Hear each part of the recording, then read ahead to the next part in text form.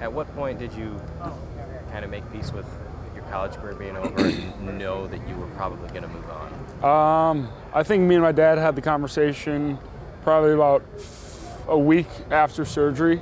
I remember sitting in their apartment, and it was tough. I mean, I love college football, and this place has become home, but there was really only one route where we really saw a real path down, and just because for my own sanity, having a set goal and not being like in limbo of will I get the 6th year, will I not get the 6th year. So with all those things considered, we just kind of decided that it would be best if I just focus on rehabbing as best I can and focusing on the next level with that. Because of the timing of your ACL injury, do you anticipate like it'll be too soon to participate in the combine and things like that? And if so, do you feel like you'll have to take maybe a tougher road to get with an NFL team?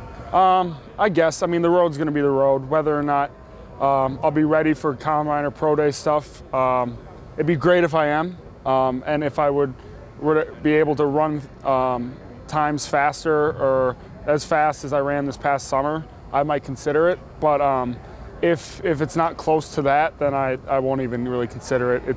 It's nice to kind of have a built-in fallback, built-in excuse with it, I suppose. But I'm just going to try and be as smart as I can with it, and whoever gives me a shot, I'll kind of go from there. Jack, it seemed like from reading the NCAA rules, it seems like you maybe wouldn't qualify for a 6th year, but did you get advice on how likely that would be or what your chances were? Yeah, I mean, I talked with the surgeon, I talked with our head athletic trainer, and they said it could kind of go either way. I mean, my case was a different one. It was kind of a unique one as far as how much time I missed and why I missed.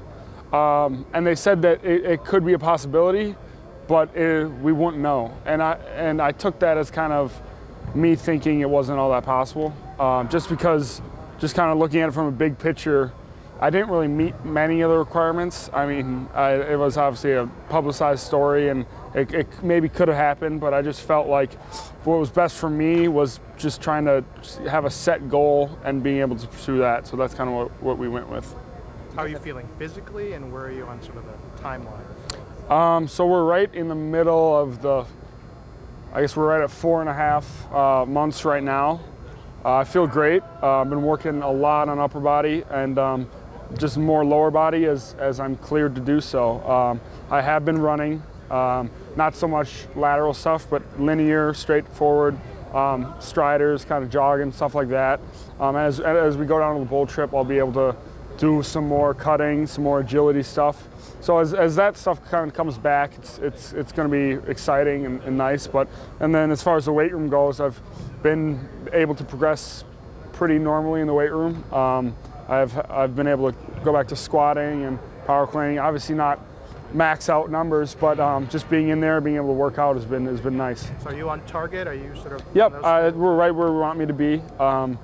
Feels good, and it's the biggest thing has definitely been patience with everything. But I have had time, which has been good, and it's been helpful for everything, I think. Jack, I was hoping to get your perspective on TJ Edwards. He's got a tough, maybe it's not a tough decision to make about his future with the NFL, but in the time you've been with him, what are the things that have stood out about why he's been able to excel at inside linebacker the way he has?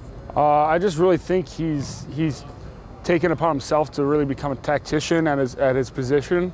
I mean, he's been a 3-year starter now, and he's really been stout those 3 years. I mean, when I joined him starting back with Coach Chris' first year, halfway through the season, when Chris went down, he was stout as can be in there, and that's kind of how he always has been.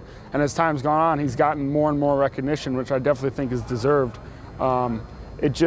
He really takes it upon himself and really takes it personal to be the best he can be. And you've seen these past 3 years that he has been the consistent force in the interior of the defense, which is exciting to see. And I know that whatever he decides to do, he's going to take that same approach with. Will any part of you look back on your career and just wonder what if? I know you had kind of touched on before, like no regrets, but what if I had been healthy? Yeah, and I don't think having regrets is the same as thinking what if. I've definitely thought what if millions of times this past 4 months. But I'm definitely, when I'm able to look back at this season, that's kind of where the what ifs happen. But when I look back at the whole picture, I'm really able to be like, I experienced a lot, and I'm extremely grateful for everything I experienced. So in that sense, I think it's a disservice to myself and everything I had accomplished to think what if. After missing half of the previous season, and when the injury did happen, was it just kind of shocking, the timing of everything? It seemed like it just couldn't have been worse. Yeah, I mean, was that a little bit even more discouraging, the fact that you're about to start the season and finally get back out there? Yeah, it was extremely tough, and like I wrote about, I mean, I really was devastated. There's no doubt that was probably the lowest point in my life. I felt like I couldn't catch a break. It was a lot of why me, like what did I do to have this happen again? But I mean, it was a tough thing that happened, and I'm grateful that I was able to go through it with everyone I have here and with the people at home. And I think I've been able to grow a lot from it, and I'm pretty proud to say that. The fact that you, sorry, go ahead. How do you kind of pull yourself out of the why me type of thing? Being able to just go right in and have surgery helped a lot. Then I got to get started on a goal, and being here helped a lot. I told them at the banquet, I got to get up and say a few words, and I definitely needed to be around these guys for my own sanity, just to help me keep me on the straight and narrow, just on a straight path, being around these guys and being able to help them. I hope help them as much as it helped me, and I really believe that. On that note, you look like an assistant coach sometimes on the sideline there. What was it like going through that experience again and watching the inside batters, especially? You know, I guess this year I kind of got to go into it a little more in depth, being a coach, and I definitely I think I approached it differently than I did last year, just because I know I had the whole season, and I had to make the most of it whatever way I could. So in that sense, I was happy to really try and buy into being an assistant coach and just get into it like that on game day, I guess.